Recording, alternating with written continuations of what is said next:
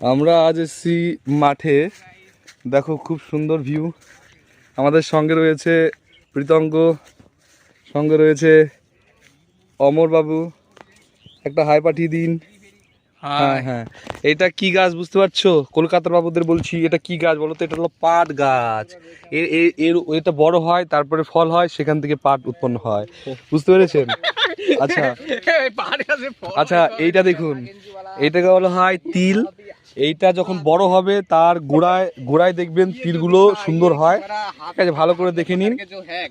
এটা কিছু না, এটাকে ये बहुत ही बुरा इंसान है, आप इसे अच्छे से একে দেখে কি মনে হচ্ছে আগে বলুন। একে দেখে কি মনে হচ্ছে কমেন্টে জানান। একে দেখে কি মনে হচ্ছে? बहुत बुरा तरीके से कमेंट करना। একে দেখে কি মনে হচ্ছে বলুন। এটাকে বলা হয় ভুট্টা গাছ। এই ভুট্টাগুলো হয় হলো, এটা যখন বড় হবে গাছটা একদম ঢলে পড়বে, তারপরে ওর মাঝখানে ভুট্টা হবে। আর ভুট্টাগুলো খেতে হয়